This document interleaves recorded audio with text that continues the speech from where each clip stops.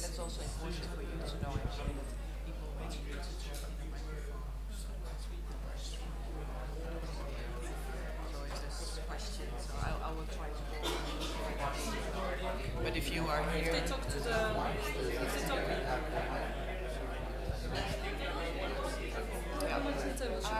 Yeah, okay. No, that's the pointer. The bottom one is going forwards.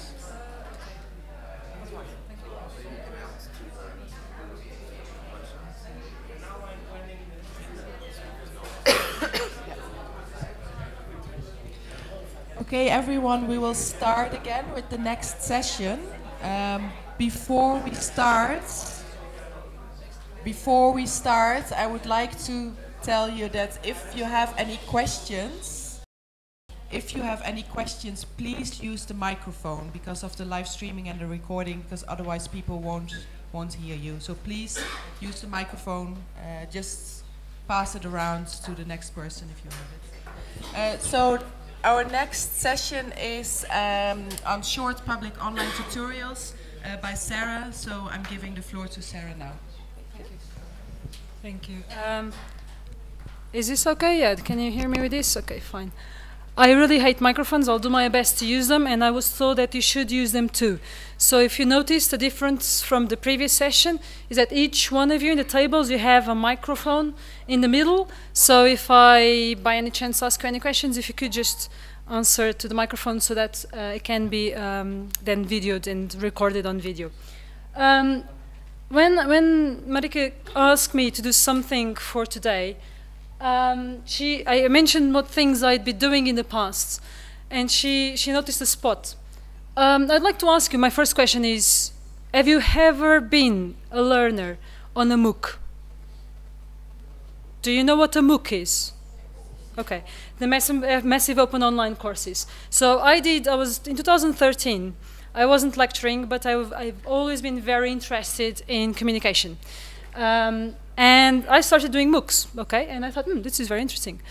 And then as time went by, and one of the things that someone said here in the first session was, higher education, and we as lecturers, we need to be more engaging because otherwise it can be very boring.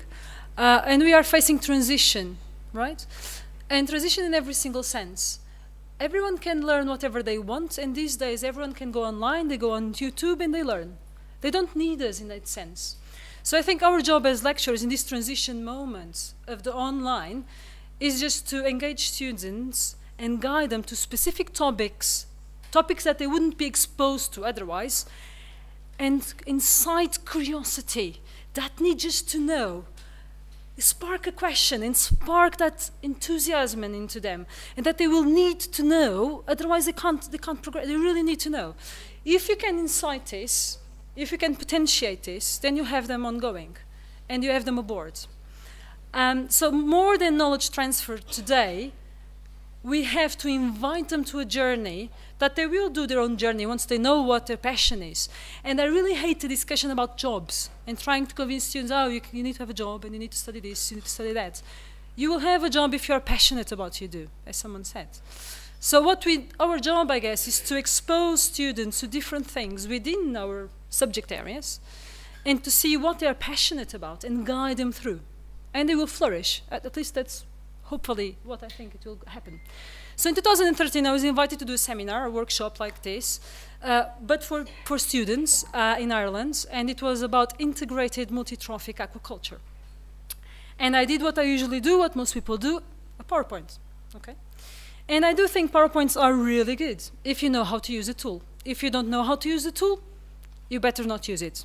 You might as well not, because David is really good at communicating, and what he did with the PowerPoint was a copy-paste of Word and put it into bullet points. That is fine, he can do that, because he's really good at communicating, okay? But you can add that extra thing and have a really good PowerPoint in the background. So I did PowerPoints, and then afterwards they asked me, oh, this is really cool. Could you share this on the platform so that students can have access to it? And maybe other people interested. And I said, sure. But no one will get the message, because a PowerPoint, as you know, if you are a lecturer and you get PowerPoints from someone else and someone tells you, okay, go ahead, this is the module, you can teach everything is here, the PowerPoints are done. It doesn't work. You can't do this. You have to have your own story. So it's also almost useless to put PowerPoints online if you don't have a presenter. If what you did was a presentation, because a presentation needs a presenter. So short public online tutorials is something that I came up for this workshop once I finished it, and someone asked me, can you share this? And I was reading the MOOCs, and at some point, because the higher education system and the business plan are going through some crisis, as we know. We don't have as many students in Europe, our population is getting older, this is not going, the business is not there. And at the same time, we have MOOCs, which are open. And at some point, someone suggested, why don't we have SPOCs? If no one has ever heard of SPOCs, they are the short private online courses, okay? And I thought, oh, okay, that's all very nice. And I thought, well, maybe I can do something different. And I came up with this name, SPOT, Short Public Online Tutorials, okay? And I came up with this logo. And what I'm going to tell you today is, I know everyone uses PowerPoint, and I hope everyone knows how to use them. But just in case you don't know all the potential, I'm trying to provide you here a bit of basic knowledge about the tool and how to best use it, okay? So, and I decided to have slides, because the PowerPoint is basically, in the old times, we had a slide, right? We had a slide with pictures, and we would create stories, and we would, communicate knowledge through these slides. Now we have this tool, which can do way more than the slides could do, and probably because it can do way more, we just got a lot of clutter, okay? So, to begin with, I just wanted to prove the concept. I did a questionnaire. Thank you for the 14 people who answered this. And I did 4 questions. And I was absolutely sure that everyone would answer, I use PowerPoint in my lectures. I don't like it. It is boring, but I use it. So, and it is quite true. So I'm not sure if you find it boring or you don't like it, but the reality is everyone said PowerPoint. Prezi, I think I answered that. Z-Things, I know if you know, it's an online tool, it's for free, it's kind of a PowerPoint that has already embedded lots of options where you can have questionnaires, polls, surveys, and it's interactive, the students can reply immediately, you have all the data, okay? I've tried it, I don't use it on a regular basis. Sway is an office tool also. I don't like it very much, but some people in my department are using it. If you want to learn more about this, we can discuss it further. YouTube videos. So 71% of you actually said you use YouTube videos, which is more than natural. It's very engaging, and there's lots of information out there. Clickers, I answered that. Do you know what clickers are? Okay, clickers is actually something that you need to buy. So basically you have a remote control on the desks of your lecture room, sorry. And you need to buy it, and then you can embed it on your PowerPoints, and you can have multiple choice questions, you can have polls, you can have teams. I could divide you into teams and say this is team 1, or I could come with a name that would be representative of your team. I could ask questions, and then you would answer as a team, and it could be a competition. Okay, it could be a competition of how quick you are as a team to reply, and if it is the correct answer. And it's very versatile, but your university would need to pay for it, okay? Socrative, it's an online tool. I'm starting it today. It's for free as long as you only have 50 students. They use the smartphones. You create the polls or the questionnaires. You can have different type of questions. It can be a true or false. It can be a multiple choice. And then you just give a link to the students, okay? They can enter the room. It's called a room. And then they can answer their questions, and then you know exactly, it's a formative, you know exactly what students are, if they are, basically correct or not. Kahoot, I also replied to that. Kahoot is again, it's a multiple choice game. It can be interactive, you can have teams. It's very engaging. I usually use it for the level 1 students because it's more fun. So for level 3 and, students who are a bit older, I try to use different tools. If you use your own videos, which software do you usually use to edit them? Some people just use, I guess you just have a phone and you video something and then you just put your video and you share it with your students. Windows Movie Maker, I was one of the persons mentioning Windows Movie Maker. It's for free if you can use this app. iMovie, it's from Apple. I also use this. I try to use all sorts of things to see which one is best for what I want to do. Camtasia you need to buy. You need to pay for it. It's very useful because it allows you to have a talking head. What is a talking head? I could just present this on my laptop and have my camera from my laptop, and people would see me on you've seen this probably. People would see my face and me talking on probably on the right-hand corner, okay? And that is the benefit of Camtasia. Another useful benefit of Camtasia, that's why you need to pay for it. You can embed questions within the video, so it becomes very interactive video. And it can be multiple choice, can be true or false, so different type of questions. So it's very useful, but again, it comes with a cost. And Splice. Splice is an app that you have on your iPhones. It's really good if you have an iPhone. It doesn't work for the other operators or whatever you call them. So for Windows or Android doesn't work. I'm sure there must be others. But Splice is very easy. You can edit a video in 3 minutes. Do you also deliver online learning? So of the 14 people, half of them said yes. I'm one of those people. I also deliver online content. And I've done the flipped classroom for the first time this year for my 200 students. Has anyone done this flipped? Do you all know what flipped classroom is? Okay, so it's basically introducing the subject beforehand, having some formative online tests. At least I do that. I have formative online tests. And then when they come to class, you can start a discussion. They already know a bit of background. So that's how I use my, so far I've been using. In the past, I did the other way around. I would give the lecture and I would guide them to my online Blackboard in my case. But I've decided this time to do the other way around. Massive success so far. So if you answer yes in the previous question, what is the virtual learning environment and course management system? Most of you answered Blackboard. You need to pay for you need to pay for this VLE. Moodle is open source. It's for free, at least to some extent. Canvas, no one has answered Canvas. They are alternative options. Google Classroom, it's another alternative option to Blackboard and to Moodle. Sakai, I've never seen Sakai. I've seen Canvas and Google Classroom. Some people, of course, if you don't do online learning, then this answer would not be applicable. Online web, someone answered this. I don't know what it is. Online web, my own university tool, I guess. That's what someone answered. And e-learning also again by the university. So why am I talking about PPT? We have so many things. I think PowerPoints are extremely versatile. And if you can master it, you can master anything. You can master video editing, you can master all sorts of things. So I'm going to, as I present this PowerPoint, I want you to see the different tools I'm using within PowerPoint. So the first one is animation. So I just showed you a title, and then I'm going to ask you, why is it a versatile tool? Can anyone say something about PowerPoint that you actually like, if you like it at all? Anyone? No one likes it? No. Can you talk to the microphone? I know it's annoying. I find it annoying.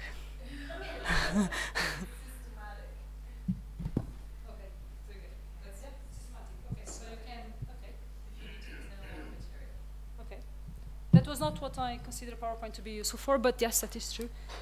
I think you can create your own diagrams.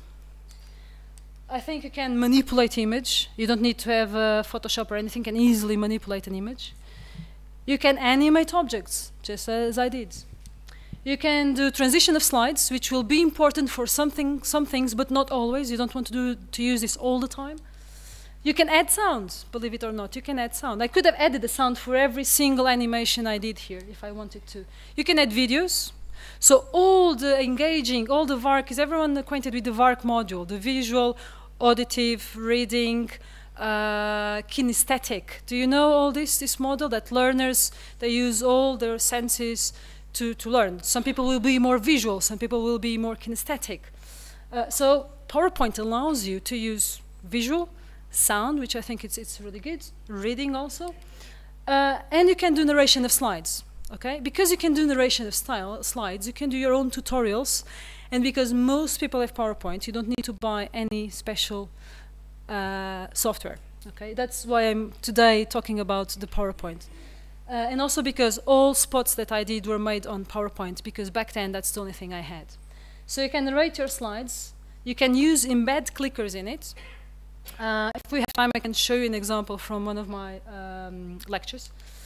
And then you can export, even you can export it as a video. If you have animations and a narration, you can just put this on YouTube, which I think is pretty cool. So for me, PowerPoint and how you use it depends on your audience, also the type of material you are providing, okay? What we're doing today, I'm using PowerPoint as a live presenter. So I'm not very concerned about having lots of information there or bullet points or using it as a document. I am here, so this will be understandable because I am presenting this.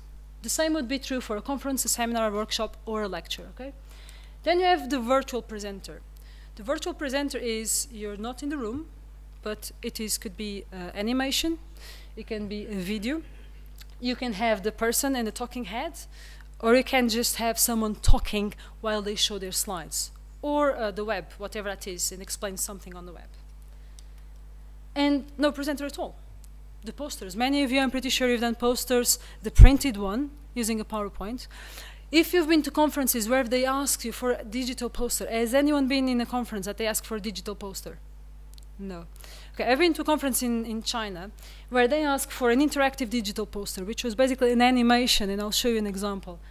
An animated PowerPoint with no one talking. But that could be understandable what the science was about.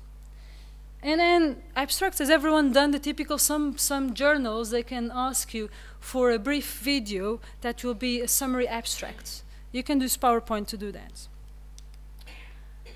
So this is my first spot. It was about the food system, actually. And I put it on a WordPress blog that I called Science Tell. And you can have access to it.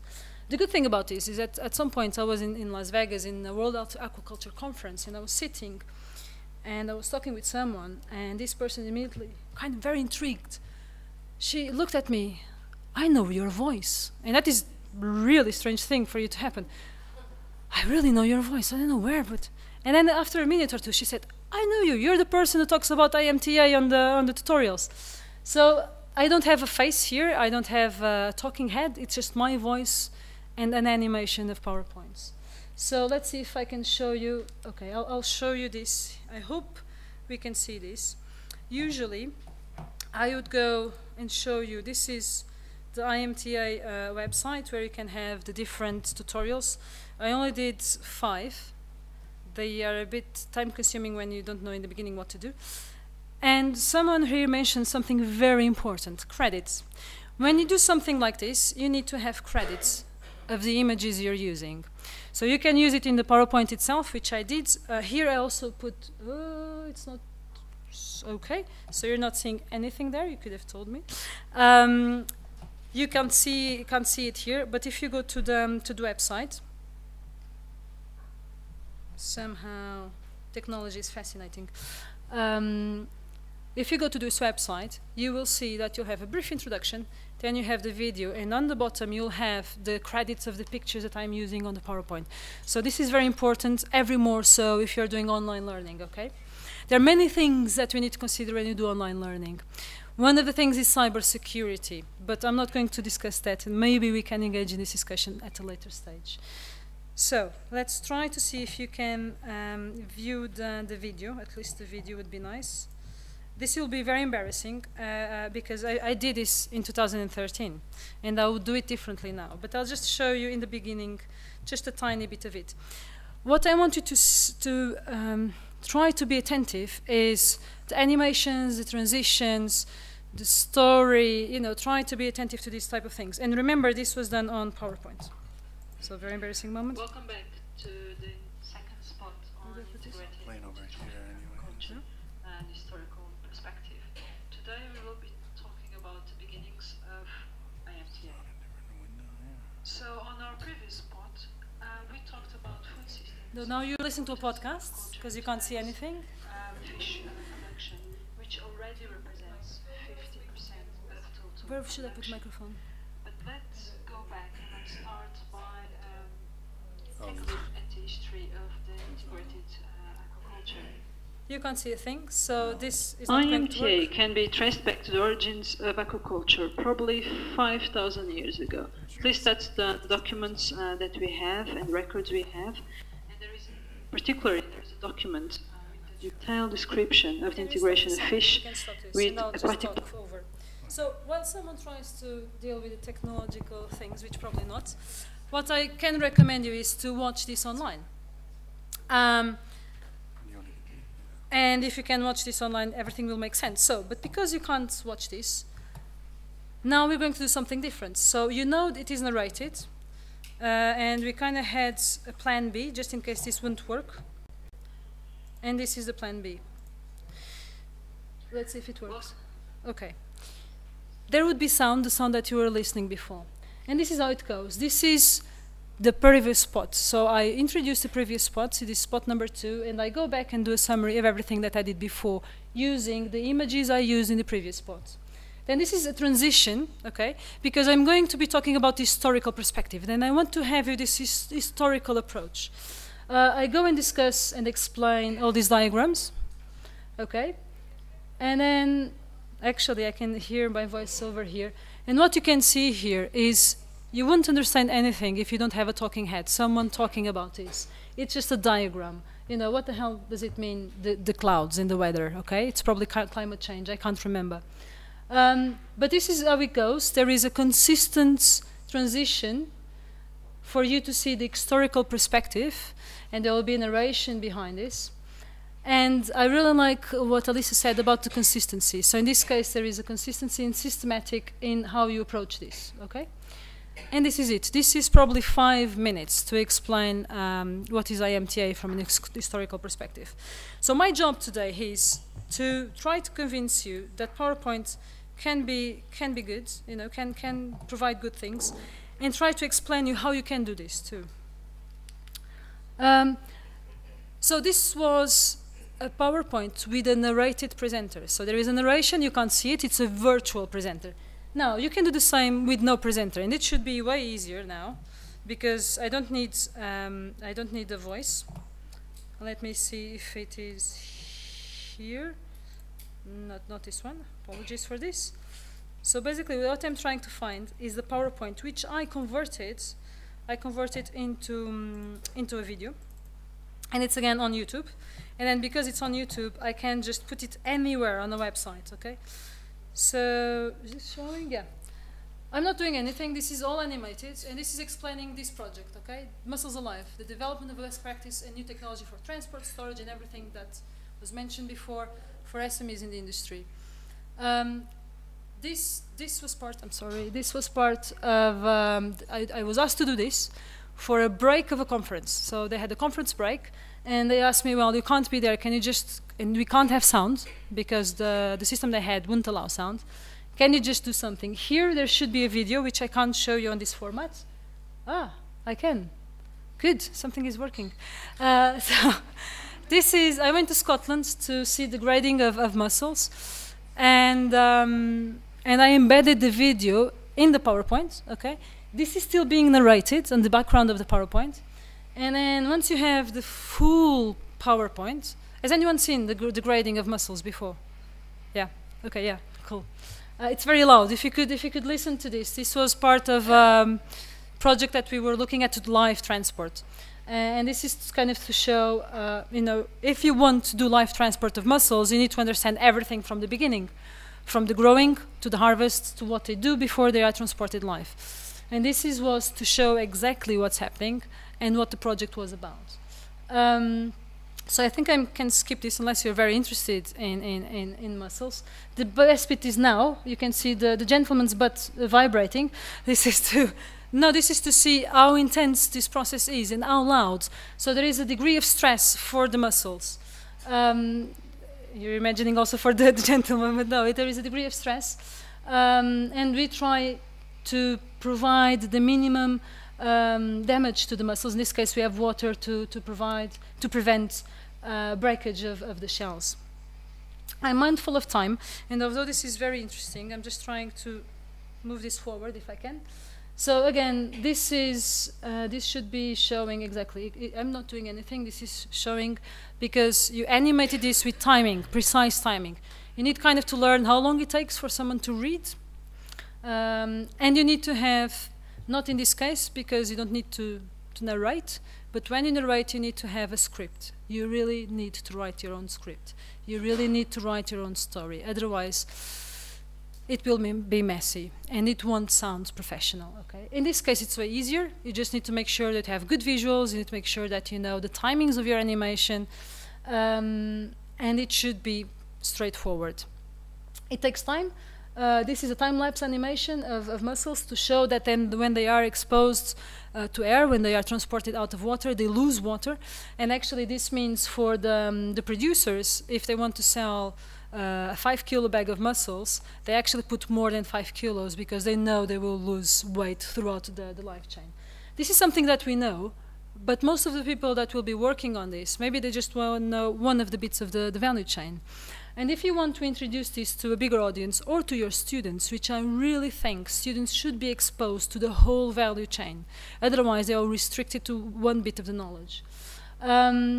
This is basically it. This is about to finish. I think this is about 3 minutes, and you have in 3 minutes you have the whole project, what it's about. Okay, and then you can also. By the way, this project, I had to train professionals of different areas on muscle physiology and all this. And what we did, I did a web blog where we have videos and fact sheets, and we use all sorts of different resources to provide training to people around Europe, because this is a European project, and we didn't have money to have everyone coming. Not only about money, but time. Sometimes very difficult to find time of different partners to come together in the same room, in the same country, as you well know. So this is just another example of what you can do. If I can find that, here we go. So back to this. So you've seen the narration, so presenter, a virtual presenter, and now you've seen the, this is coming. It's not moving. I don't know why. Let's see if I can. Is this moving now? Yes. So, if you want to do this, I'm just going to give you some tips of principles of design if you want to do a PowerPoint. Very basic. The first thing, actually, if you noticed, all this PowerPoint is done with a specific background. If you want to do this for students, you need to think about inclusivity. Inclusivity means the font type, what type of background you're using, because people need to be able to read. Okay. So the background should never be completely white or not completely black. By default, I use this type of newspaper style. It's a texture style, and it's easier for students to sometimes, if they see a white background and then black letters, they kind of see it in a fuzzy way. I had a colleague who had this, and there are a few things that you really don't want to have in a PowerPoint. This could be okay if it is like something that you have printed and you take home and you study at your own pace in the house. Few things about this. It's difficult to read, too much information, bullet points, and you have this which is unnecessary. People try to put logos and things like this in every single slide. That's clutter. You can do that in the first slide. All the others, you need to have that repetition. You can do that in the end of the slide. The last slide, you can have again the logos if you need to. So this is better. But I learned something very interesting the other day. I was listening to a Chinese author that she emigrated to the UK when she was 29. And she learned the language, and she started writing in English. And one thing she told us, which was quite interesting, is that Chinese language is based on characters. So a character symbolizes something. And she gave the example of a tree, which was fascinating. Because when we design a tree, you know, the typical 3 branches mainly, and then maybe 3 root, and then the typical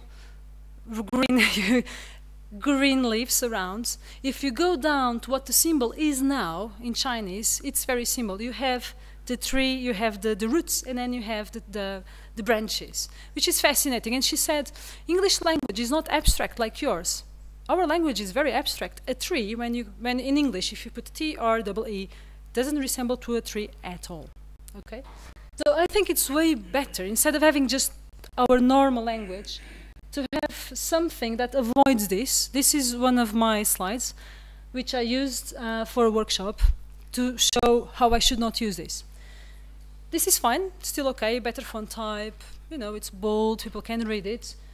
And if you do like this, there are two things here that happen. First, there is an animation. Then there is a corresponding image that signifies what you're saying. Morphological, functional traits. Biochemical, I have a carbon element represented, carbon atom. Physiological, I have here, this was about plants in this case. It was about photosynthesis. Structural, and I have as a representation of structure the bricks. And phenological is about the life cycle. And behavior. Okay, this should be easier to remember if you present it like this. First of all, you have a better idea. It's 6 items. Okay, you have 3 by 3, instead of having 6 bullet points. Okay, and then you can have another way to do things is just having a diagram. Okay, this is a diagram that I usually use. So the rationale of IMTA from an ecological perspective, you can have all this. Bear in mind, things are corresponding color-wise. Okay. And this is, things are interconnected. It's not one and or the other. It's like in a circle. So I said avoid bullet points. Well, sometimes you need them. And actually, if you have things that are always 3, 1, 2, or 3, maximum of 3, you can just do this. This is actually one of the PowerPoints I use. So in this case, it's a bullet point, but based on numbers. Okay? And I always have animation, because it allows me to talk freely for each one of them, without having people reading other things or being distracted by the other things, okay? This is bigger. This is also kind of a bullet point coming from the other in a way. This is bullet point number 1, and I extend it a bit, in this case for the invertebrates. And there is a concern about the font type, consistency, and color, okay, and design of the color. Tables can be way more than just a list of things too. You can construct tables as you talk. So this is about functional traits, and there are effect traits. You can talk about the impact they have on the ecosystem, on the three-planet approach, and you can name them, so nitrogen content, carbon, etc. And then you have the response traits, where animals have in life as the opportunity to colonize or thrive based on climate change. For instance, climate change can have an impact on this, and you have this logo representing climate change. You could use something else. And then you list, okay? Then you can list. This is just one way, and you can say they are interrelated. And you build this table as you go along, as you go explaining. Some people say you should have slides that last for 1 minute. I completely disagree. I can have a slide that lasts 3 seconds, like this one. I'm not going to say anything else. This is a rule, it's not a rule at all. This other slide shows that some things only work if animated, okay? I'm going to show you one of them. This slide is going to take way longer than 1 minute if I'm doing it. This is about extreme environments. What are they? Some examples. Here, my first example is eye temperature. I can immediately ask the audience, can you think of another one related to high temperature? Could be another extreme environment? Sorry? A volcano could be one, yes. But I would try to convince you that low temperatures is also an extreme environment, okay? Having the opposites. And then I could carry on explaining. Then I come with the other one. High pressure, depth of the ocean. And I can carry on and discuss a bit. Then you have the lack of water. It can be an extreme environment. Acidic or alkaline environments. This is a volcano, actually. And I took this picture. I was in Puerto when this volcano erupted. And this is salt lakes, high salt. This is actually, I also took this picture in Chile. By having this, when I just said I took this picture, I'm trying to put, someone said I try to include my own research, okay? This is extremely important, your personal way of putting things together and showing that you have some expertise and your personal engagement with this. And radiation. Okay, so this is just an option. This is actually a PowerPoint from a colleague. Do you remember when I said sometimes someone gives you a model and say, here you go, these are the PowerPoints, you're fine. This is exactly what happened to me. They gave me this PowerPoint and I thought, I don't know what to do with this. And it was exactly like this, no animation, nothing. Okay, so I thought I need to change this. And you always change to a question, okay? You need to have the curiosity. So you need with a fact. You start with a fact. 80% of population in Northern Europe have blue eyes, but outside Europe and Mediterranean, blue eyes are increasingly rare. How come? And you know, we have a baby, so it's engaging. People can, you know, can attach to a baby, and then you start step by step explaining the things, what's happening in the background with molecular biology and your DNA and everything, and promoters and receptors and gene expression and so on. So I'm not going to go through this, but this is how I would, you know, present this. So the only difference you have here is using image. When you use image, use the entire slide. Use it like a slide. You know, remember the slides? Use it like that. If you want to have diagrams, build them along. This is another one from the same colleague. She gave this to me, and I thought, okay, I need to do something. And I'm going to use this slide, how I change it. The information is exactly the same. The same as the previous slide. It's exactly the same, the information as it was before, a different design. So what I did here, the rule of thirds. Is everyone acquainted with the rule of thirds? So you always divide your screen in groups of 3 columns, 3 rows. Your information should never be in the center. It should be on one of the sides, the right, the left, right corner. You should have white space in an image. White space in an image, I'm going to show you back here. Oh, this is good. This is white space. This is white space, this area here. I can write anything here without a problem, and I did here. The reason why I did here, and I cut the nose, is actually because this is from Getty Images, and I put the credits. And Getty Images, they have a logo there saying Getty Images. So what I did was using that space to put my information, and I still have the CC over here, okay? So the rule of thirds. So you divide, as I mentioned, this in 3s, rows and columns, if you can imagine them. And you make this more symmetric, and you start the conversation again. In this case, you start with a gene pool and group of interbreeding individuals of the same species, and you ask something like, which country has the lowest birth rate in the world? To try to explain why I put monks here. And of course the answer is, can anyone tell me which is the country with the lowest birth rate in the world? The Vatican. Brilliant, the Vatican. Okay, so it's usually some very good. So you carry on explaining, okay? And this is how we engage 200 students. You ask, and you wait until someone gives an answer, and then you carry on. Again, here this is very confusing. The picture I chose is a bit cheeky, so I chose this cheeky. And again, you have white space in this picture.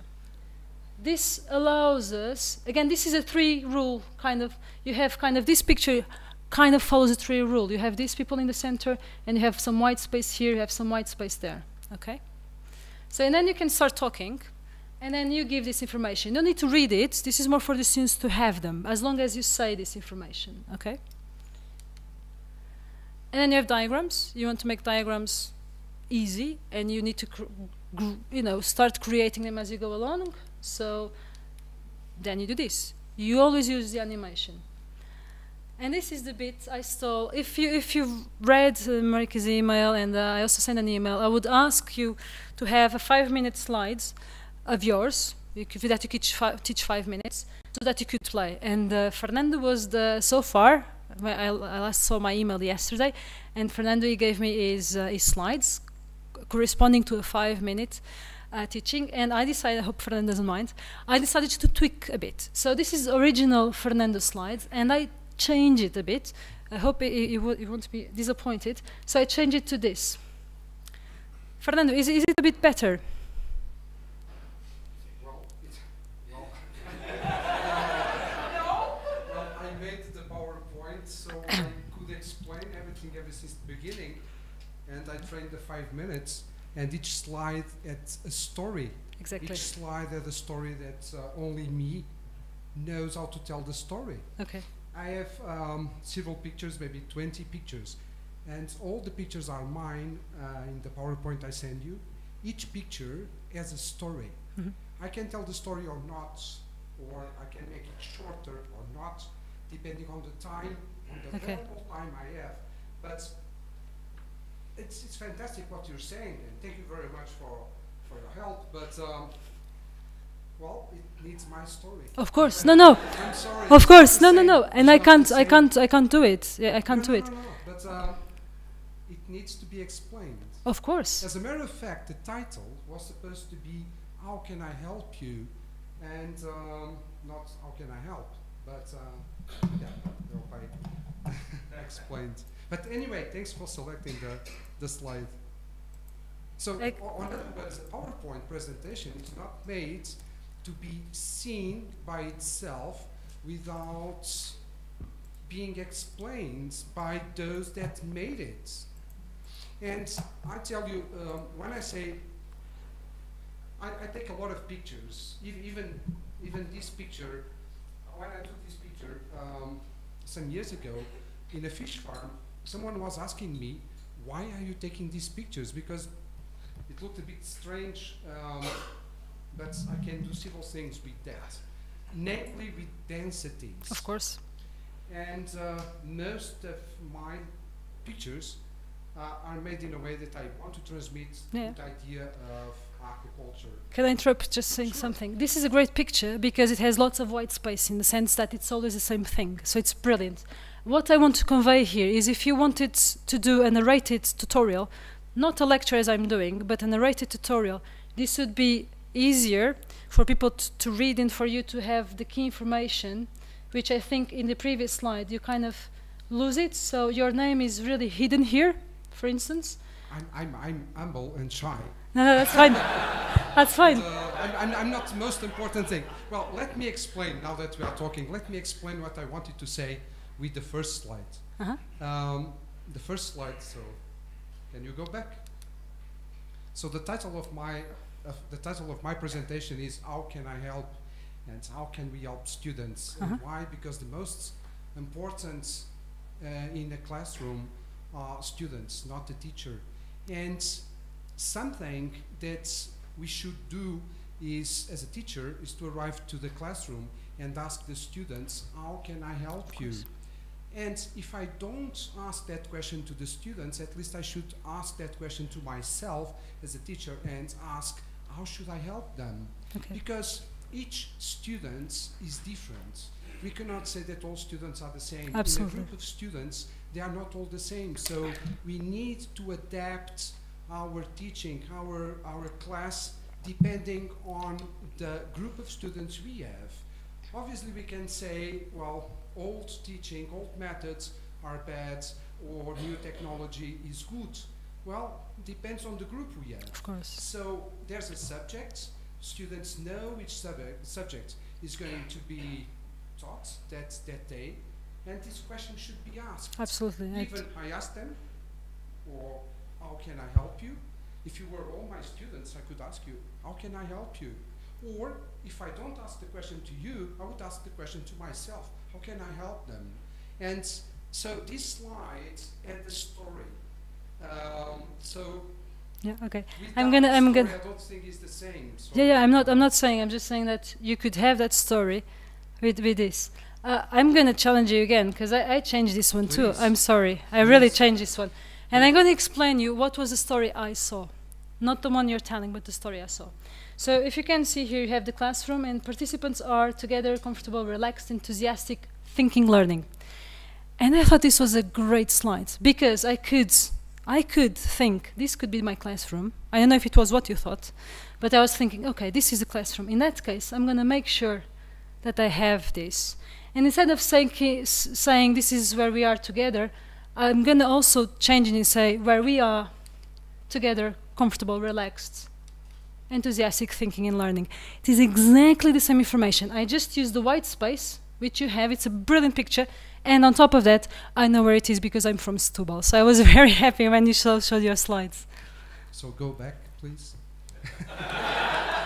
I knew you'd have a very, very difficult audience. No. It's not a question of being difficult. There's a story, and even stories. I use these slides, and I can tell different stories. One of them is that this fish farm is the fish farm where I bring most of the time students, in such a way that the owners of the fish farm, more than one time they told me, okay, you present the fish farm, you answer the questions, and more than one time it happens. And I was presenting the fish farm, and I was answering questions as the fish farm, as I was the owner of the fish farm. And so this slide, as a matter of fact, has one word that is not present. In Denmark, Scandinavia, but mainly in Denmark, there's a concept that was created, and the concept is the yuga. The yuga, and this is spreading all over the world, and this is important in Scandinavia.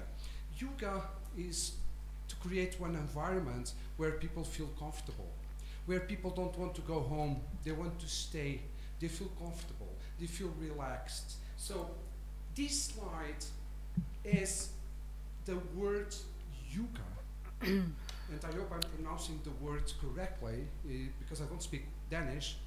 Do you know what I'm talking about the yuga? Yeah. This slide, that's the main thing, and the word is not present. And that's my story.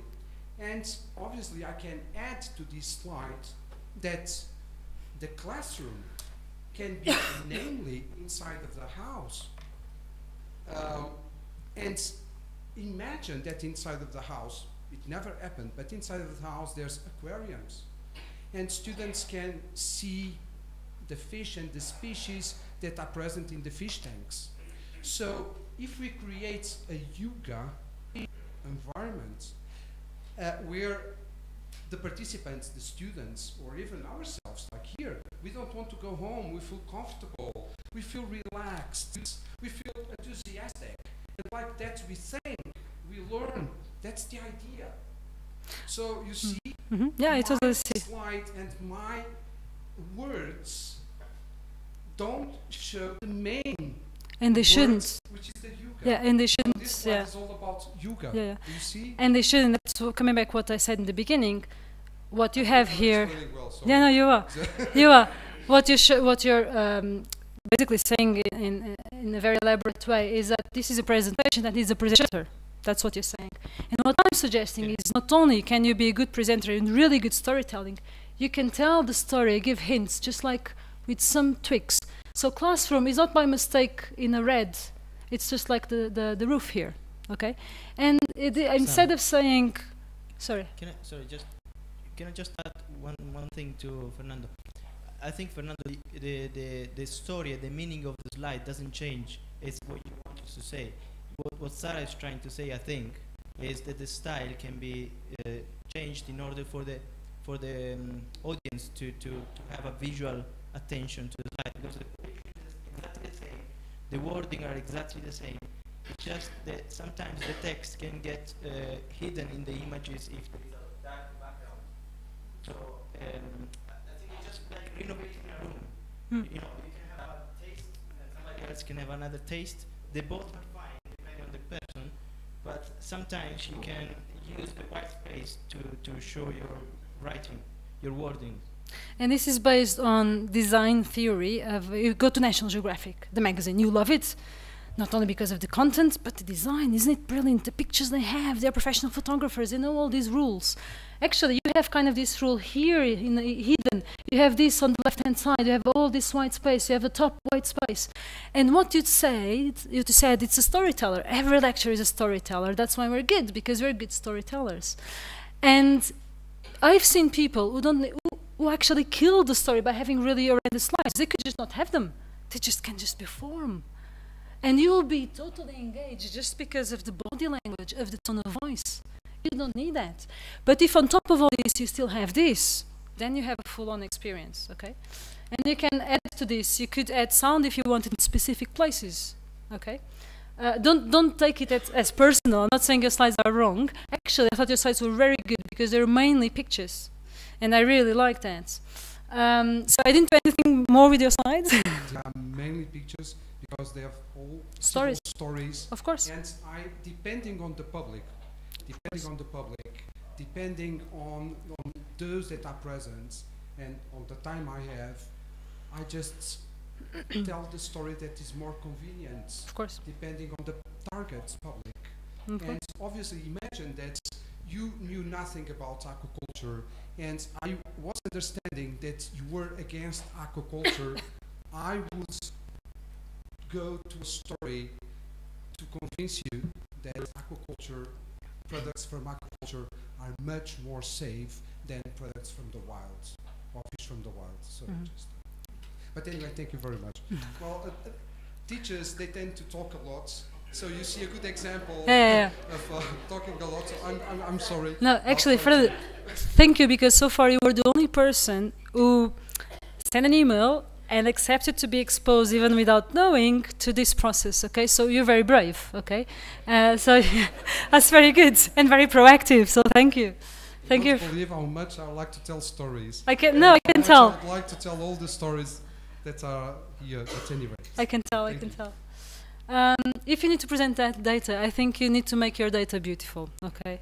I think you need to have, this is the world population milestones. So when we first got to 6 billion in 1999, I remember 2011, believe it or not, I remember that day. I was in the UK, and the BBC had a special day for representing the 7 billion. And for instance, what I just did here was telling you a story that day I remembered, for instance. This is something I use when I present things about seaweed species. This is the species that have been published on IMTA, and then I go by and I talk just about the green species, and I just then explain which 64% of the papers are about ova within the 25% of the green seaweeds that you have, and these are the remaining. So this is a way to present data as I tell the story, okay? What else have we got here? Okay, this is scientific questions that most papers have on IMTA. I think, again, you should use infographics as much as you can. They're not hard to do. This is just boxes, literally, boxes on PowerPoint. And then you just add some animation here, and that's it. And that's very easy. So what I need to, this is a bit more complicated. This is a very, this is a graph that needs a lot of explanation. This was published, I think it was published. And then you need to explain everything that's in here, what it represents, the experiment behind it. And then I think you should always use animations, and you have specific type of animations in this case that follow your eye and what you should be doing. So the graph bars came from the bottom up, for instance. If I had a graph with bar chart horizontal, I would have the information coming from left to right, okay? So this is the presentation as it is. What I'd like you to see, basically, is how to do something. Not sure. The problem is I can't show you this somehow. What I needed to do is show the background of PowerPoint to show you where you have the buttons to work with, where is the animation, what is transition, and where can you actually narrate. You can narrate each slide, and then you can export it as a MP4. Can I do this? Because I can't seem to be able to show. What I need to do is to have the PowerPoint without the presentation. I just need people to see what I see on the PowerPoint. Sorry? It's opened. It's just opened. I just want people to see this instead of the presentation.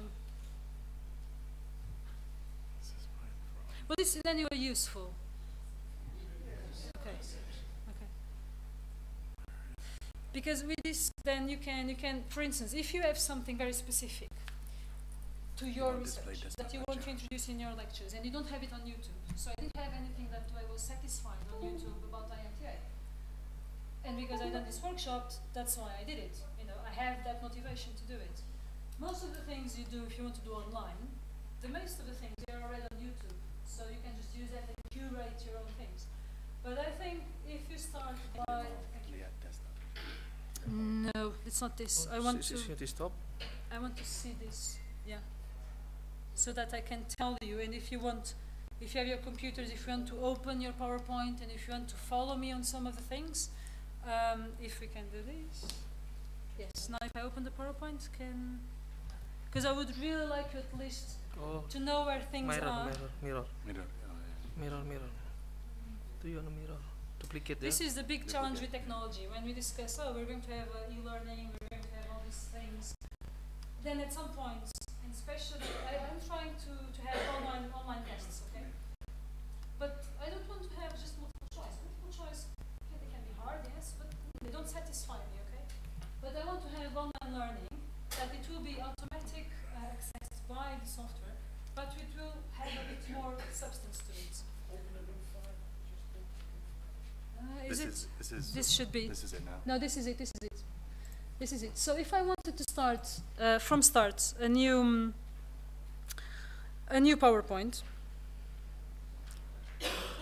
and I'm going to really start anew. And I usually start by a blank presentation. The first thing I do, if you want to follow me, I go to design. Can you see the design here? Yep. Design is the fourth. And I'm going to choose, first thing, I'm going to format my background, okay? I always use this by default. Bear in mind, I'm going to put picture or pattern. It's going to be this one, the newspaper. I usually do this if I know in advance that the room that I will be there's lots of light and I can't do anything about the light. I'll probably use a darker background, but try to use some sort of texture, okay? So I'm going to do this. Then I'm going to use, let's see, where is the slide size, format by design? No, not this. I want to have, I'm not sure here where it is, but what I should have is I go to, where is the master's presentation? And the review? The view, of course. So I go to slide master, and I go here to my fonts. By default, it's because I read it. I read it somewhere in an inclusivity type of activity. I always put Century Gothic. That's what I use. You could use whatever as long as it is sans serif. No Times New Roman. Interestingly enough, for people who have specific type of conditions, Comic Sans is good. I particularly don't dislike it, but apparently it's something that you can also use. I use this one by default. What else do I do? Background styles, this, and this is pretty much the beginning, and I should be fine. So view again, normal. Now I should have whatever I add here. It should have always the Century Gothic font type, and should always have this kind of pattern background. I sometimes really use, you can use the layout, the typical layout that you have here. I like to use blank most of the time because I have lots of, you can have a background picture. I highly recommend if you have a background picture, just use a full image like Fernando did. It's way better. And then you can, I usually do use the shapes, not the shapes, smart art. I usually sometimes use a smart art, okay, if I think it's useful, depending. So you can use this. I forgot something, and it really depends if you, the color scheme, okay. This is personal. I try to use color schemes that they are not too intense. The colors, they are kind of in between, very mild. And then animation. So let's insert something here. Let's insert this shape, for instance. And you can put whatever here, doesn't really matter. If you go to animations, there is all sorts of things that you can do. If I have, instead of this, if I have an arrow, by default, this is just what I do by default, doesn't mean that you need to do it. If I have this arrow, and if I need to animate, and if you're presenting, animations, they're not as essential. But if you're doing something that is virtual, that you don't have the presenter in the room, that it is a narrated PowerPoint slides, or a digital poster that doesn't even have narration, it's literally just an animation, I highly recommend you to have animations because the brain needs something. And I always use wipe. But I don't want it to come from the bottom up. I want it to be, if I need to animate this arrow, what do you think should be the direction of the movement? Yes, from left to right. So you have your effect options, and you can put from left to right. If I had it coming from bottom up, I would just change it. If I had, let's say, this type of arrow,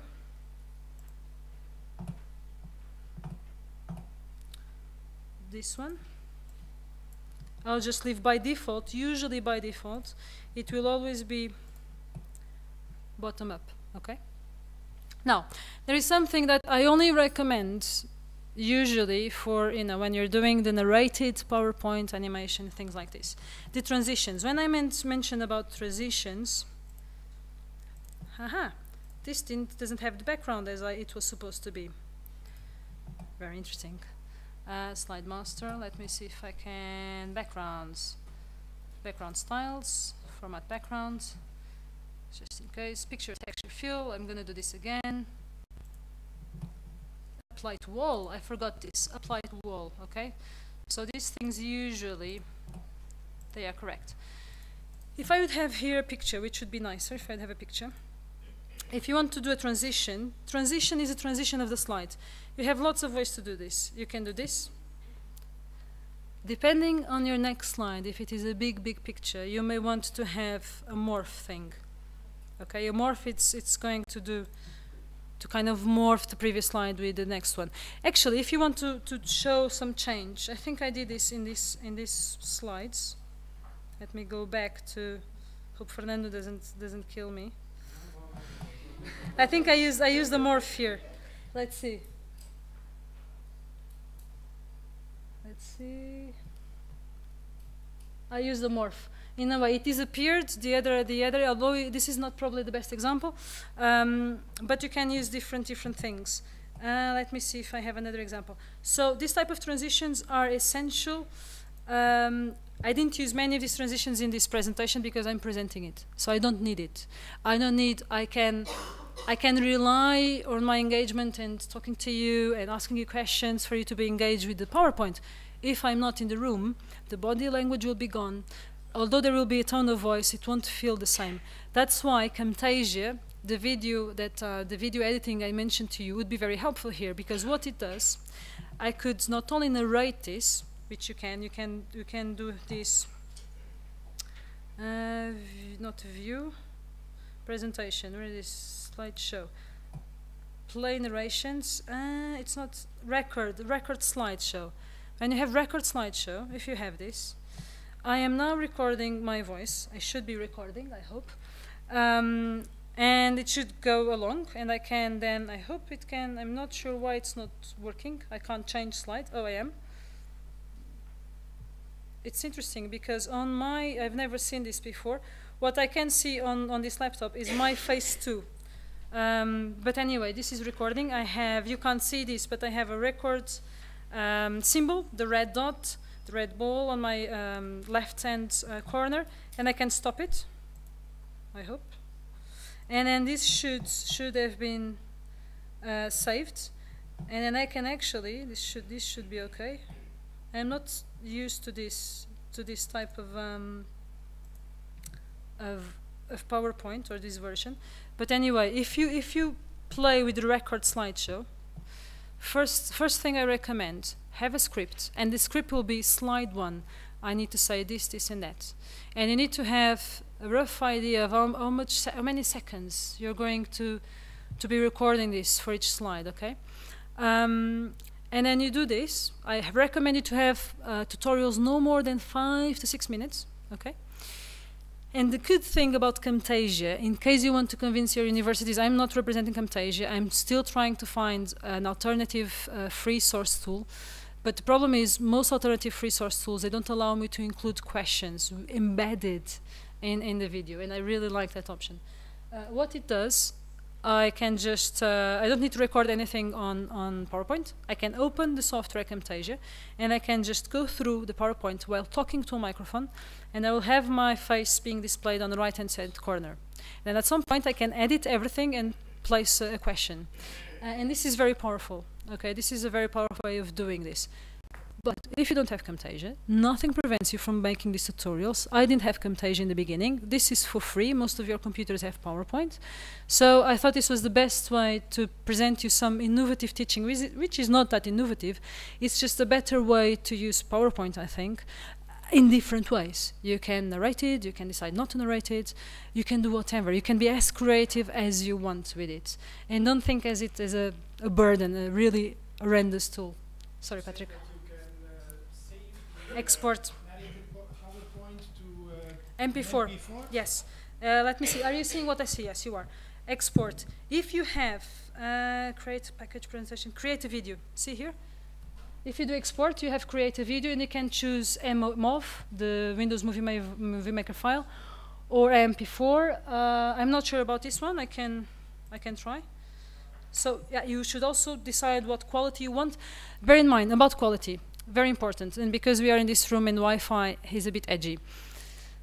the better the quality, of course, the more the bigger will be the file, and of course, if you then you can export it to YouTube. Okay, you just upload it literally. You create your own YouTube channel, okay, which you can have, and you can literally upload if it is an MP4. If you export it as an MP4 file. There is a compromise about the how big you want the file to be. Do you want it to be presented in a big, large room? Okay, then you go for the biggest file you can have.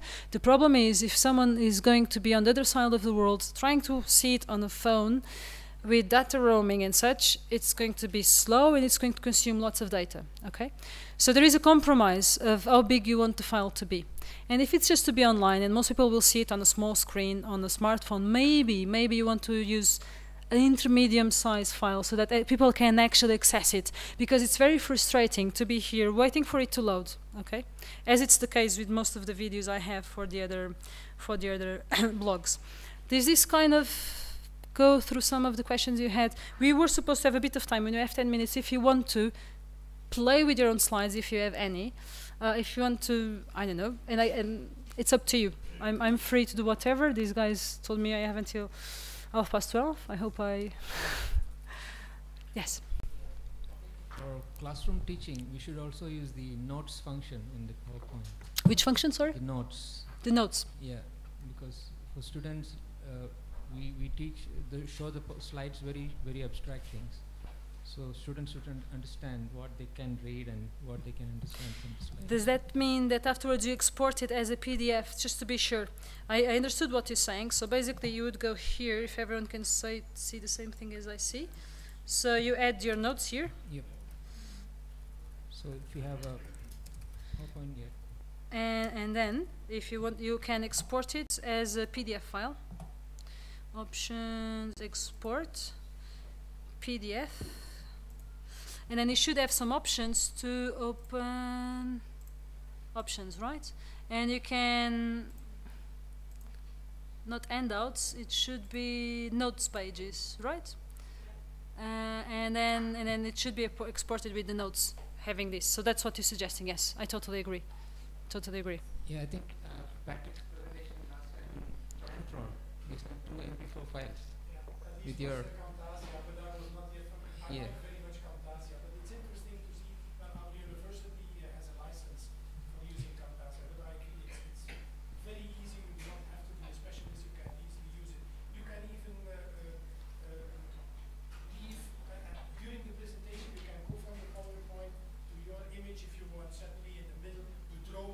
Exactly. Activate again your audience back to the PowerPoint. Exactly. But it's good to hear. I didn't know that you can also export. Yeah. Yeah. I think it's useful if you don't have Camtasia, and you know it's not compulsory for universities to have. So, you use both, or you just use Camtasia? I use both because I sometimes use Camtasia to go through my PowerPoints, just because I want to have the talking head. Bear in mind, why is it important to have talking head? Because people, they will pay more attention if they see a face. If they see that they are being watched, they will pay attention. And they've done something in, I can't remember which university in the UK. They didn't decide to invest money on cameras, CCTV cameras, to surveil the bike park. So you have bike parks, parks for bicycles in university. And instead of having the CCTV, they just had the post, "You're being watched," and they had 2 eyes. And I'm serious. And they wrote a paper on plus1, I guess, about this. And how it was effective, you know, no CCTV, just this banner saying "we're watching you," or bike thieves, "we are watching you," in the 2 eyes. And it was sufficient to have less people trying to steal bikes than in other places without anything, but with the CCTV. So it's a very interesting research. So that's the importance of having a talking head. Otherwise, you can suffer from the fact that someone on a conference will tell you, "I know your voice." But doesn't know the person, just remembers the voice, which is still nice, but I think it's better if you have a talking head. So if we still have 5 minutes, any other questions? Which is the best way to make diagrams? Ooh, the best way to make diagrams. Go to National Geographic and learn. No, actually, the best way to make diagrams is you need to train your brain to visualize it. And then you just use the typical tools, the square, the triangle, But you also have And then the app, like the smart art or other than smart art. other than the smart art. Diagram. Let me see. Did I do any diagrams here? I didn't do. Let me see if I can find a diagram. This is not exactly a diagram in a way, but it is. It is a bullet point converted to images, isn't it? You want to have more like this. To be honest, this one.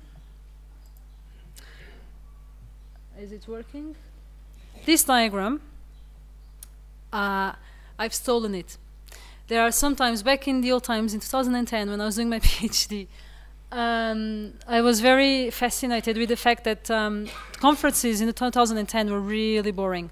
The PowerPoints were horrendous. And I wanted my oral presentation, because we need to do an oral presentation, 20 minutes in Portugal, to be very engaging. And I started searching online, and actually there are some companies who provide already made diagrams. I can't remember which company was this. Sometimes you need to buy them. Sometimes you're lucky and they're for free. And I guess I was lucky and I could find maybe 13, 15 different diagrams that they were for free. If you're really interested in diagrams, I highly recommend you to Google it and see, and then you have this collection of diagrams that you can easily just pick what you need. Excuse me. Do you have any embedded meaning of using the symbol yin and yang? No, this was already. That's a very interesting question. No. I'm looking for the embedded No. meaning of using yin and yang. To be honest, I didn't. Yeah, go ahead. Go ahead, Patrick. This was one of. There is a lot of symbolism behind. And the first generation people will then, what is the balance between economy and ecology? I never thought about this. We're always learning. That's a good thing about teaching. You're always learning with everyone, isn't it? That's the fascinating of the job. I've never seen a yin and yang here. Never. So my eyes are not. Yeah, but it is. I don't know why the people who chose this, probably they were really wanting this to be, to be a yin yang. When I used it, I didn't really think about the yin and yang. What is the meaning of the oval part in economy? Is that something extra? Because yin yang is just the blue and the green part. Sorry, the blue and green part. But there at the top, above economy, you have that circle. What does it mean? No, that's fine. That circle in the no. It's a very, very interesting question. And as most questions like that, it's logistics and practicalities. The original diagram was in a different color, and that was to have some sort of a shade. And I didn't go into that, and I just left it as it was, because original is slightly different, and I wanted as you can see, there is also a shadow. If I deconstruct this, if I really deconstruct this. Let's see if you can see this. You can see that all elements, can you see the shadow? And this is another element, and I didn't do this, so this was, yeah. So I could just delete it, and now it's better, isn't it? So I didn't build this diagram. It was literally stolen from it's not stolen because it was free available in this case. And I decided to use it here, but thank you for highlighting the yin and yang. Thank you. Yeah. First of thank you very much for tips for the presentation. Because, well, can you hear? Yeah. Okay. Well, should I use this one? Thank you very much for the tips, because that's what I'm looking for. How to get the audience engaged for the narrative presentation. As you said, that while we are presenting our presentation, it's easier. However, to present it while we are absent is a bit difficult.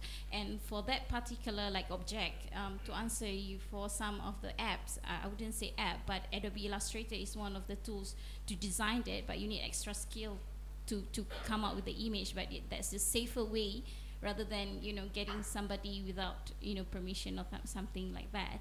And then another thing that I probably look into is the tip.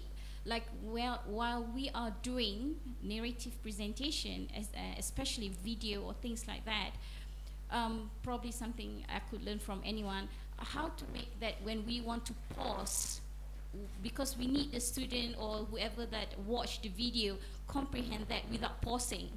Like, you know, I engage myself in Coursera. Like, I look a lot of video and teaching, and I learn a lot from them. And then at the same time, I can, you know, pick good things, bad things, you know, have somebody here like share with me, like, you know, some kind of, you know, skill and tips to do that. I think Coursera, one of the things you said, you know, you don't want students to pause. You want them to carry on. Yeah, okay. Why don't you want students to pause? Because, like myself, Uh-huh. like I learn, I'm still learning. Like I took online courses. Sometimes the communication or the presenter make me feel like what's actually happening, like, you know, and I have to pause Uh-huh. and think. While some of the presenter, they make a very flow. They Okay. pause and, you know, diagrams and make things Mhm. like, it's Okay. actually So there are two things to that. Sometimes one of the benefits that people say about Coursera and having these MOOCs and these videos is actually that you can pause to think and reflect. They think that is something good. What you're trying to say is that other styles of presenting seem to be better in the sense that you don't even need to pause to think and reflect. I would say that some things, some concepts, you need to pause, think, and reflect. But this should be encouraged by the educator. And you do this by knowing, okay, this is a deep concept here. Just make a question. And then by doing that, you're pausing in a way. You're pausing to think about the answer. And then usually, I don't know if you've done Coursera, usually they have tips. Okay, you didn't get this at the first time, think again, or go to this minutes to get the answer right.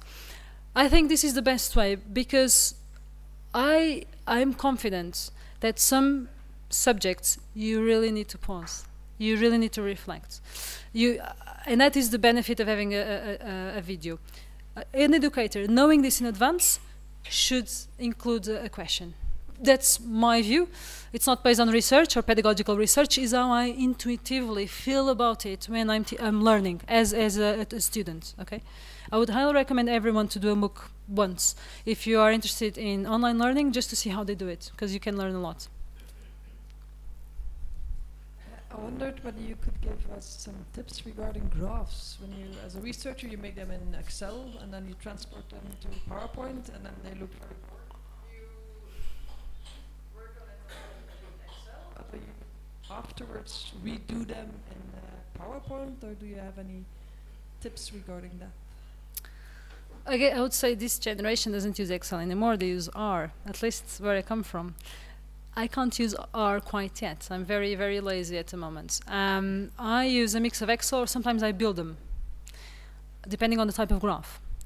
Actually, PowerPoint, the graphs itself, depending, if you just want simple stuff, you know, you go to insert graph.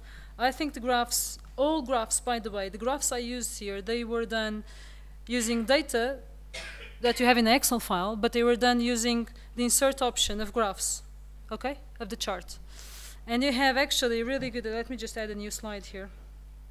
Insert new slide. So insert chart. Depending what you want, you have lots. I really like the radar for different things. Explore, because there are things out there in PowerPoint, graphs that you couldn't even think of. They may be quite useful. The tree map, I love tree map graphs. Have you ever tried the tree map graph? No? It's amazing. I highly recommend it. We can go, I don't have time for this, but let me show you the typical thing that you use. What is a typical graph that you use in your data? Bar chart or a pie chart? Pie? If you go for a pie chart, you have, I really like the donut. I like this one, which is the one that you've seen. And once you do this, okay, you have all sorts of options over here in the quick layout, where you can play with the legend, with the caption. You can put it on the top. Okay, let's see. Let me take this away. No, we don't have nothing here. So quick layout. Can you see the legend going? This is just first quartile. Let me put this bigger. Come on, play with me. So you can, if it is an easy graph as this, you know, just a pie chart, you can then play around with whatever you think it's best, not design. charts, fill. Oh, and of course then you can play with the colors individually. You know this, right? You can just go here, you change the color of just this section. You can place all this where you want. Then you can animate it too. You can animate just one of the bits. I'll show you this with the bar chart, which is easier. So if I add a bar chart,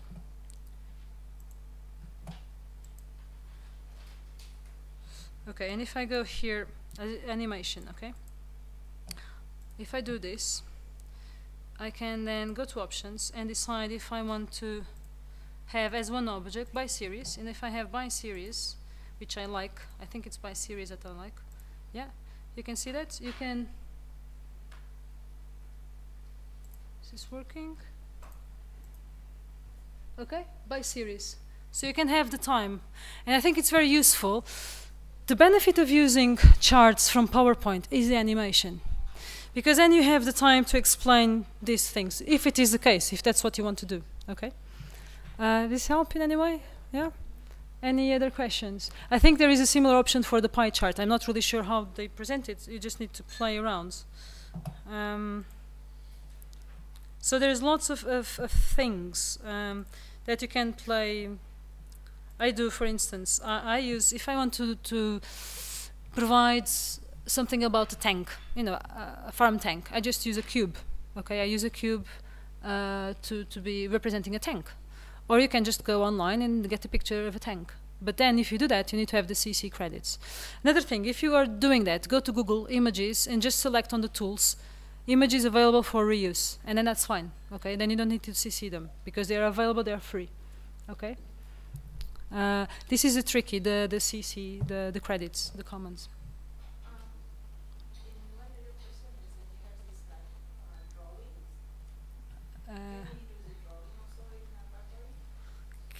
Can you, which one? About, sorry? Impact. This one, for instance.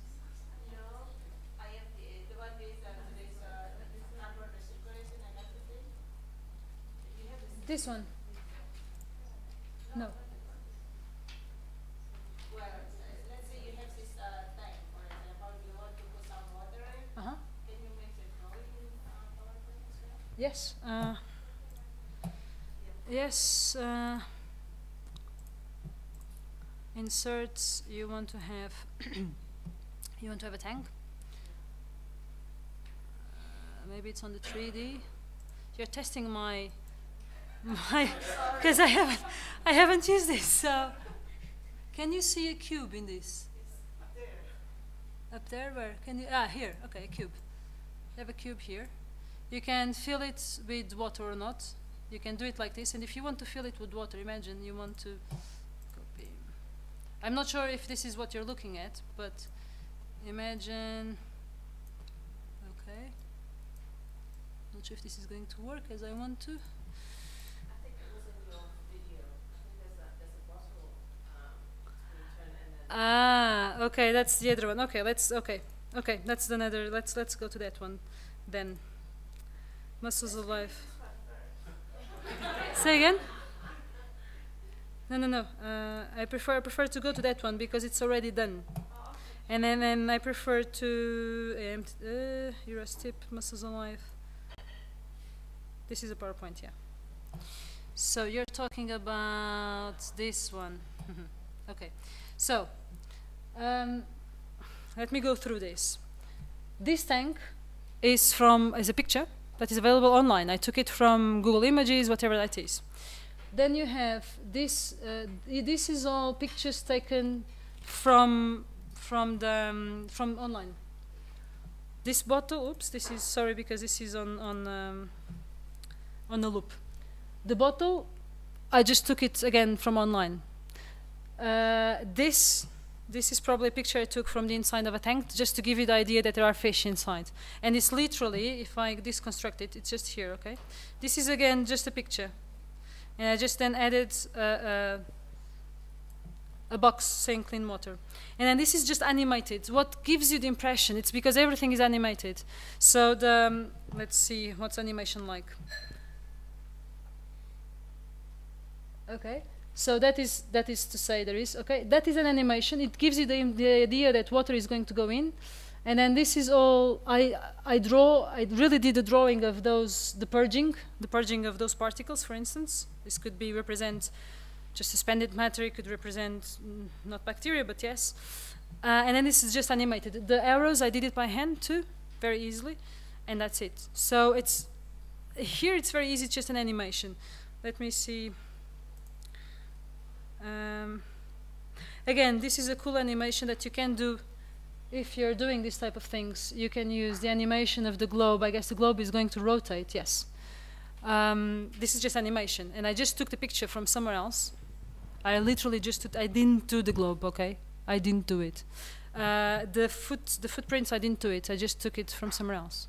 So I have this kind of library of visuals that they will represent something. Like icons or logos, yeah? That I just collect. I usually collect. Even if I'm not doing anything, imagine I have a bit of time, I just go online and I just, okay, let's just collect. So this is, for instance, this one is literally, I guess it's from Clipart. In Clipart is for free. The box, I guess it's from somewhere else, and you just start collecting pictures or diagrams. You need to be a bit insane to do this, but it's useful. Anything else? We're going over time, so I'm not sure. Maybe it's, yeah, I think it's, I hope it was useful and it changed your mind about PowerPoint. I'm just going to close this. And I'm very happy to collaborate, and if you need, any, especially for the educators exchange, I'm very happy to, I would love to get more innovative material. I'm very interested in content and how to produce it for different audiences. And I'm very interested in the Asian audience that have yin yang, and that I didn't realize. So that's very useful as to be able to understand your audience and how you communicate, what other symbols you would be using, for instance, okay? So thank you. Okay, thank you, Sarah. I think that was very interesting and very useful. I think we can go on forever, but we have lunch now. So lunch is in the back of the room, and please be back in an hour.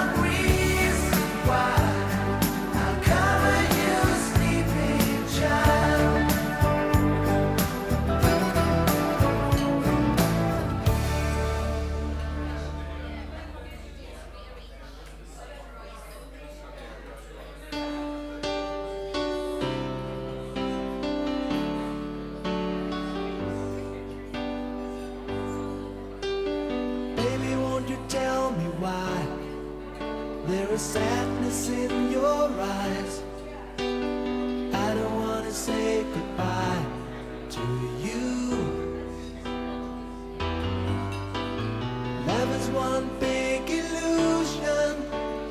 I should try to forget, but there is something left in my head.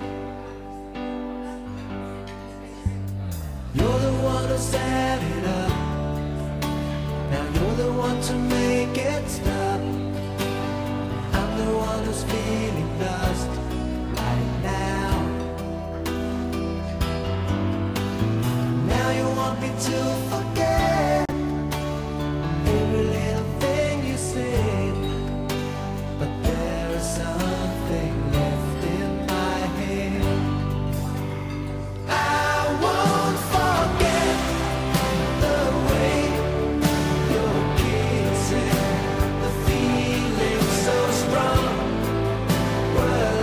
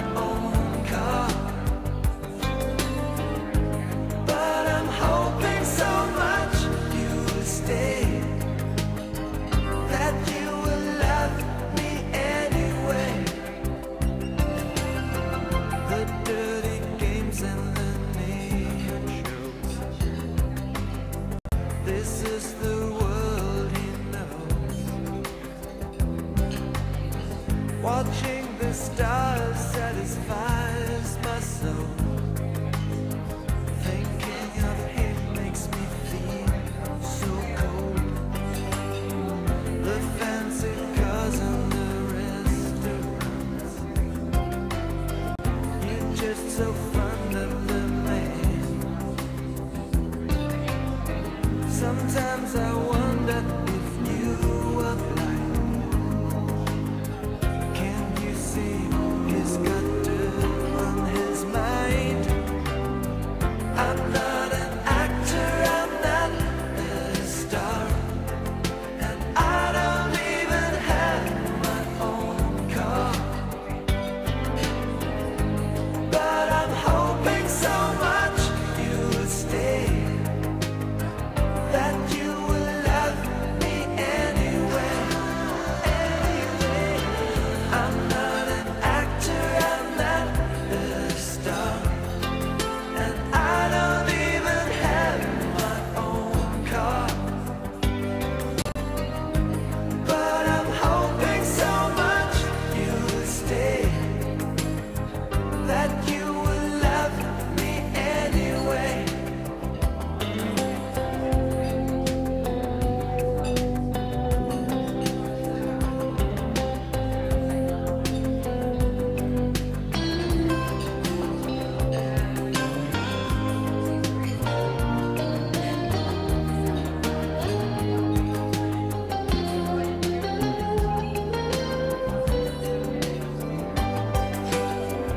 I'm not an actor, I'm not a star, and I don't even have my own car.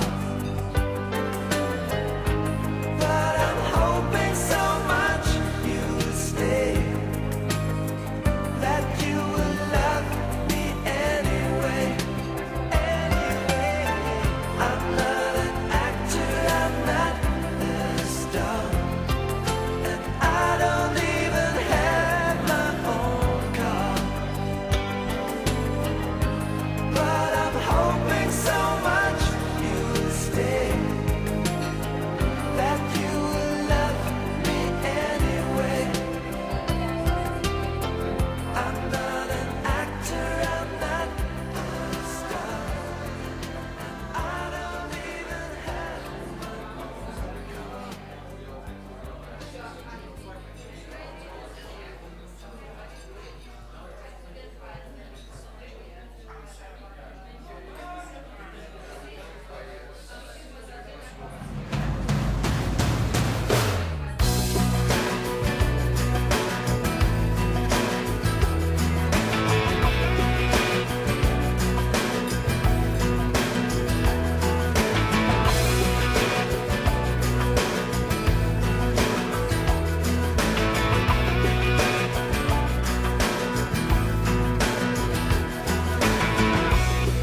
Can I act like an angel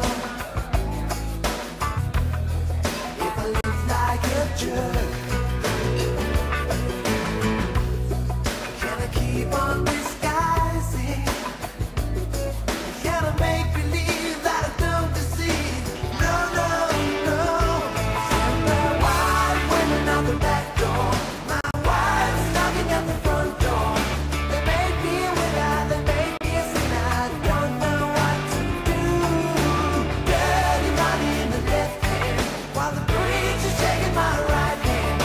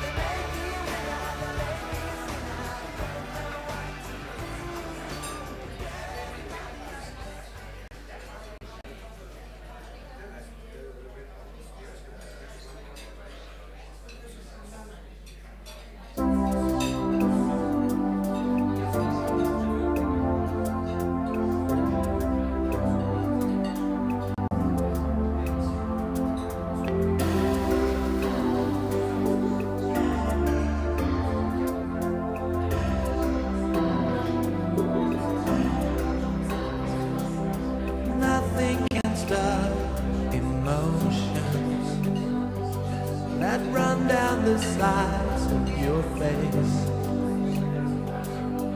Wish I could change this moment to another time and place.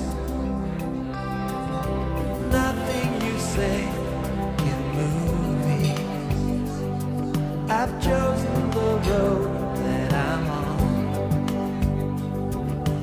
I have to join the fight for freedom until the war is won.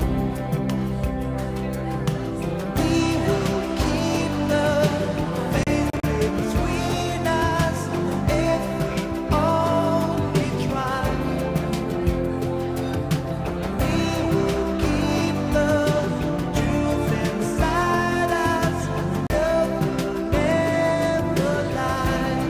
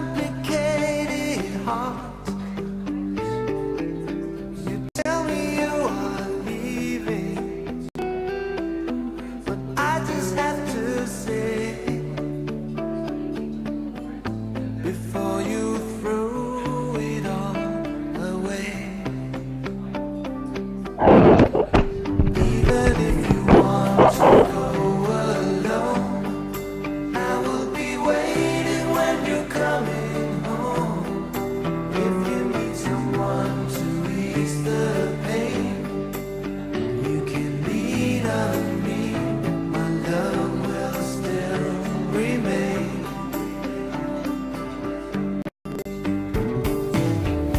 Don't know what you're thinking. To me it seems quite tough to hold a conversation when words are not enough. So this is your decision, and there's nothing I can do.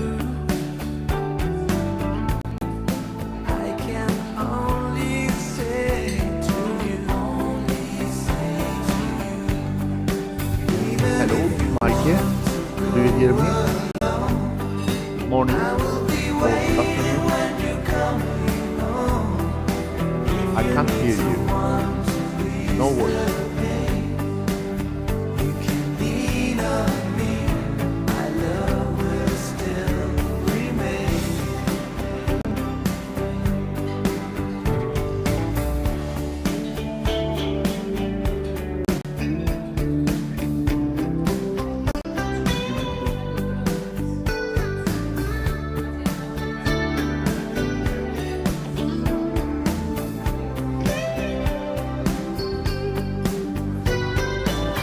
If this is your decision, and there's nothing I can do, I can only say to you, even if you want to go alone, I will be waiting when you're coming home. If you need someone to ease the pain, you can lean on me, my love will still. Even if you want to go alone, I will still love you when tomorrow comes. When you need someone to ease the pain, you can lean on me, my love will still remain.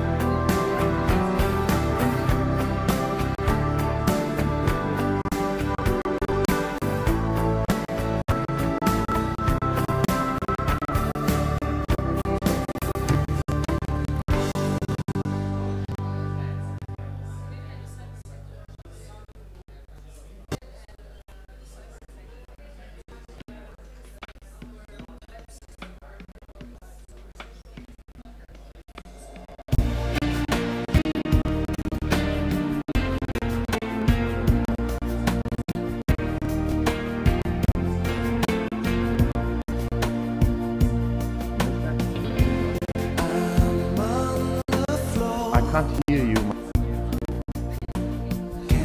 Maike. No voice. Do you hear? Want to break the silence.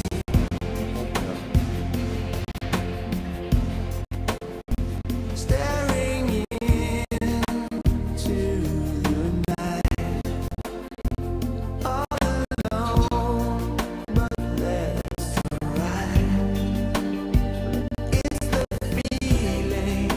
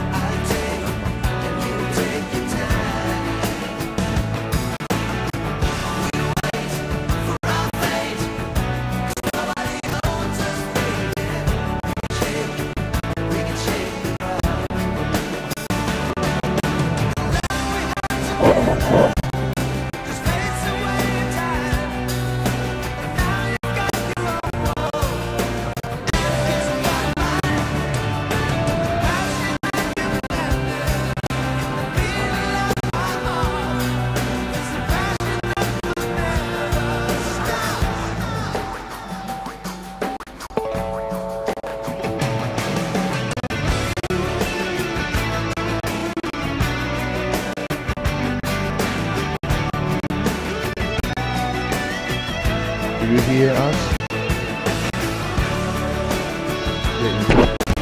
Indonesia, Indonesia. Do you hear us?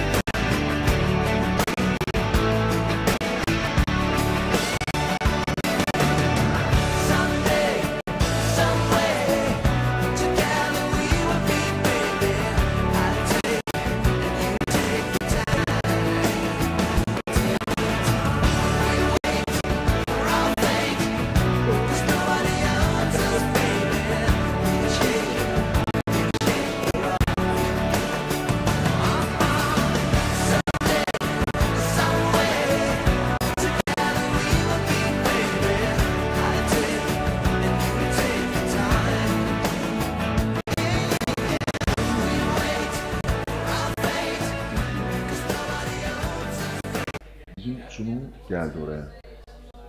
Yok, oraya başka bir sunum koydular. Ha, başka bir ekrana başka bir şey koydular. Öyle yapalım.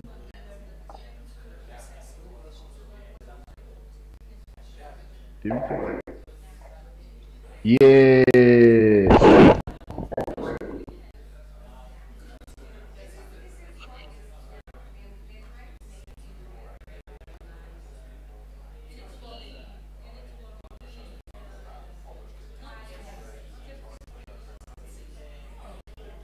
Bize mi yazmışlar onu? Bize mi yazmış? Yok, en alttaki yeşil yazıyı.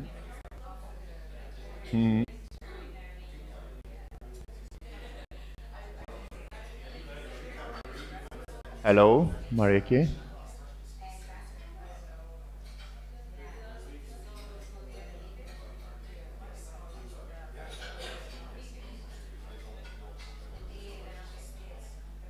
Beni yukarıya alıp diğerini aşağı alabilir. Daha küçük koyup, demin ilk baştaki gibi. Aynen.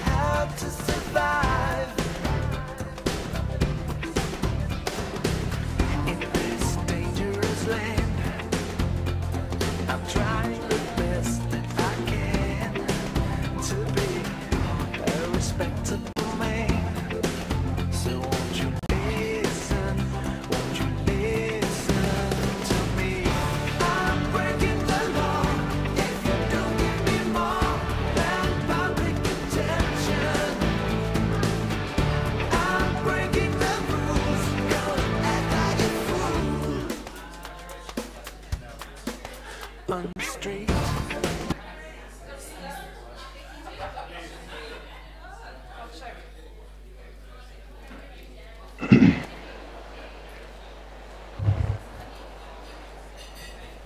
Hello, hello, hear me? Do you hear me? Yes, we hear you.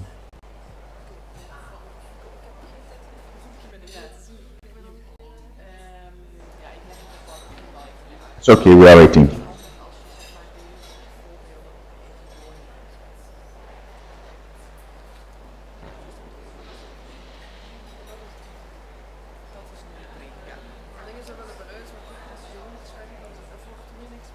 You can hear us, right? Yes.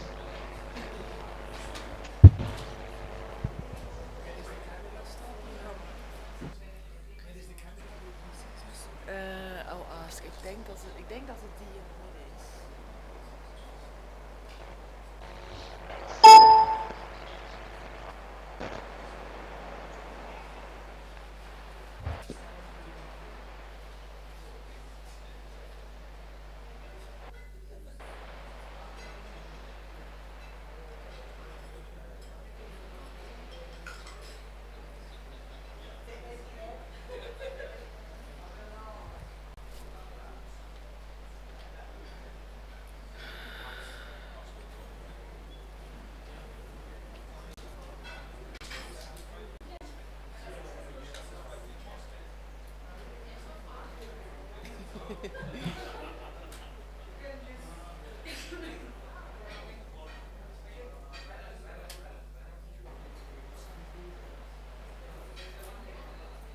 Is he Patrick? Patrick Sorgelov.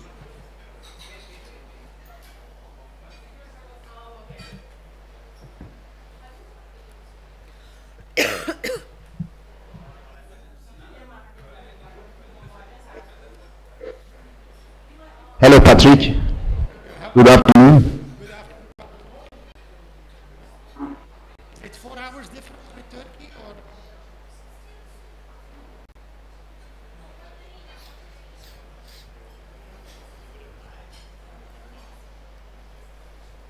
Oradan bir şey yaptılar.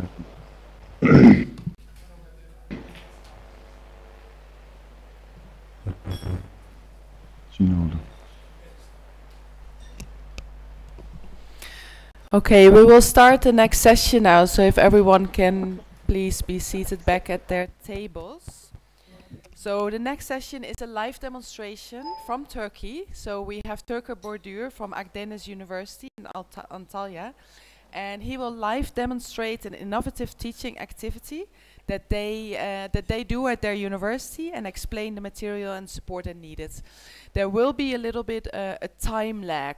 So what we'll do is he will just give his demonstration, his presentation, and then at the end we might have time for questions and answers, but just to keep in mind that there will